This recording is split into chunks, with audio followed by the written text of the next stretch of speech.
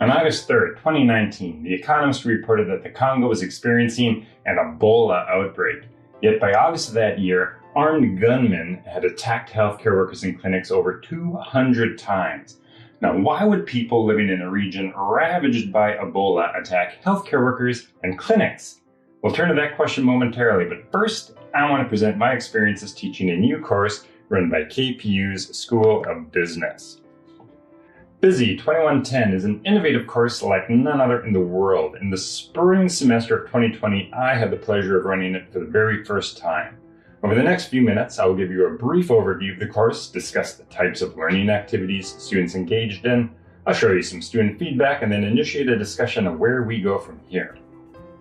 So the mission of KPU School of Business includes developing capacity for graduates to collaborate across stakeholder groups and to create business professionals who are willing to learn and ready to lead. Now, BUSI 2110 delivers on these goals uniquely. It fosters the skills needed to achieve our goal to foster inclusivity and intercultural competencies. It is aligned with KPU's focus on open education and could serve a vital role in our efforts to implement the 6 principles of PRIME. BUSI 2110 is a second-year BUSI elective open to students who have completed 30 credits. This course seeks to develop organizational and managerial wisdom. So, what the heck is wisdom? Can you teach it? Can you grade it? Those are great questions. Based on cutting-edge research, this course focuses on 3 constructs underpinning wise action. So what are these underlying constructs? First, values guide wise action. So our first construct is values. Second, knowledge is required but insufficient for wise action. So our second construct is rationality. And third, wisdom is action-oriented, which involves the exercise of power. Thus, our third construct is power. So let's explore each of these. Now, values define the ends we feel are worth achieving and the means appropriate to achieve those ends. Now, this course teaches 2 frameworks of values. The first framework discusses political values and describes 6 value dyads. And the second framework considers values pursued by public sector employees. Now, this framework contains 7 value clusters. By exploring the values guiding human activity, students gain an appreciation for what motivates action and beliefs and gives them a language with which to conceptualize the values pursued by others. Now, rationality describes what we know, how we make decisions, and how we justify our choices. This course presents a framework containing 12 forms of rationality. This gives students a language to speak with precision about the means through which different groups make sense of the world and choose what actions to take. Wisdom is action-oriented. Acting requires the exercise of power. This course teaches students several dimensions of power, as well as where and how people exercise power in organizations. Students gain a tactical understanding of how to use power, as well as insights into the systemic way power creates social systems. Learning about power arms students with tools to operate effectively in the real world so that they can turn their hopes and goals into organizational reality. So let's return to that Ebola example to see how these frameworks can help us understand why people attacked healthcare clinics. So in this discussion, I'm going to use a little bit of jargon that I teach in the course. Now, from the healthcare workers' perspective, their actions were driven by values of public interest, achieved through caring for the sick and stopping Ebola's spread. They relied on technocratic rationality, which is the application of scientific methods to solve problems. Now, they needed to locate their clinics in isolated communities in a war zone, and so they built power relations with the Congolese government to escort their workers to affected areas. When we listened to what motivated gunmen attacking the clinics, we discovered that they too were driven by the values of public interest. Now, how on earth can this be? To understand this, we need to consider the cultural rationality within this region. Now, these people, they lived in a war zone. Through previous interactions with government forces, they learned their government was as likely to attack citizens as rebel soldiers. So when care workers drove into villages escorted by the government's army, well, the villagers were a little bit suspicious. The fact the spread of Ebola coincided with the clinic's arrival further entrenched these suspicions. Fear grew until brave young men took action to protect their community and attacked what they believed were government outposts spreading the disease.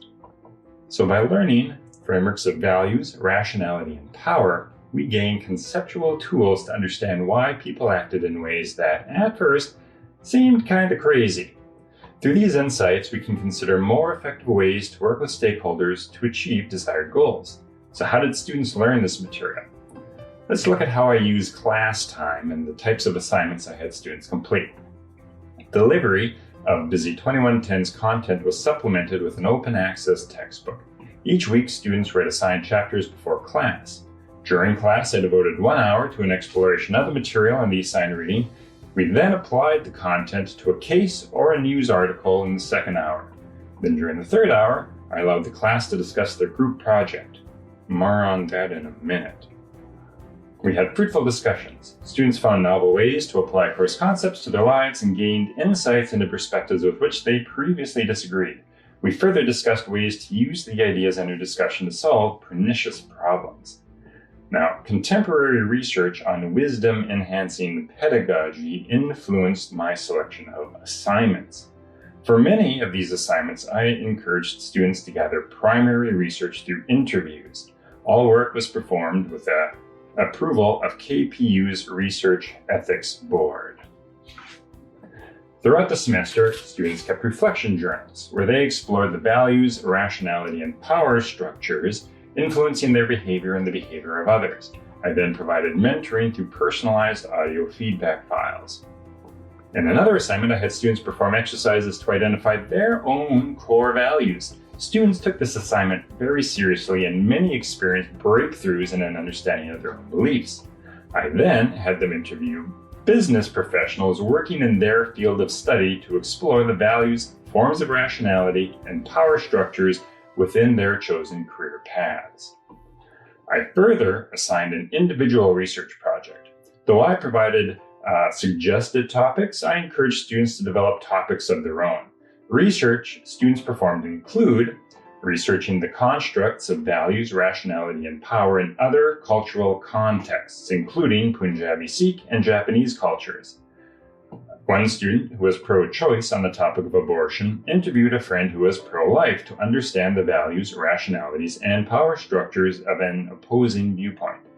Another student was upset KPU took so long to close campuses in response to COVID-19, so she investigated the reasoning and the impacts behind the timing of KPU's decision. BUSI 2110 also had a group component. I call this the Big Hairy Problem. Since my class was small, I had all students work as a single group. The first step was for the team to identify a big, hairy problem. The problem the class chose was improving the awareness and application processes for student financial assistance. During stage 1 of this project, students identified stakeholders and performed secondary research. Additionally, they developed a research ethics proposal and a set of interview questions. During stage 2, students performed interviews and analyzed their data. Their goal was to determine the causes of why there is a lack of information, communication, and transparent processes to access financial assistance. I coached them to apply course concepts to their research. In stage 3, students would have developed and implemented an action plan to address the big hairy problem. Unfortunately, COVID-19 struck and society shut down. Thus, we were unable to take this project to completion. Still, the experience the class had gaining insight into a real-life problem impacting them, I think, was invaluable. Initially, I scheduled a focus group that the Office of Planning and Accountability would administer to the class, but again, COVID-19 intervened and prevented us from getting together. So instead, we conducted a brief survey to understand students' perceptions of the course. Here is what one student had to say. Being self-aware of your own values, rationalities, and powers will help you succeed in organizations because you can leverage what you know can do and partner with others and make pivotal decisions that will hopefully help the organization to be successful. So, are these the skills business leaders need? Do you think if our graduates had these skills, would that differentiate them from graduates of other business programs? Personally, I think the answer is yes. BUSI 2110 clearly delivers on our professionalism learning objective. Moreover, it It aligns with the School of Business's goals to foster inclusivity and obtain Prime designation. If you agree, then we need to consider how to integrate this course into our program. If we leave things as is, I'm uncertain how much of a future this course has. Despite my concerted efforts, only 11 students enrolled. The School of Business is under pressure to run full classes, so I kind of worry that as an elective, it's not going to have consistent demand to keep it alive. If you're excited about this course, if you want to talk about it, I would like to talk with you. I want to talk with you about what we can do to give this course life.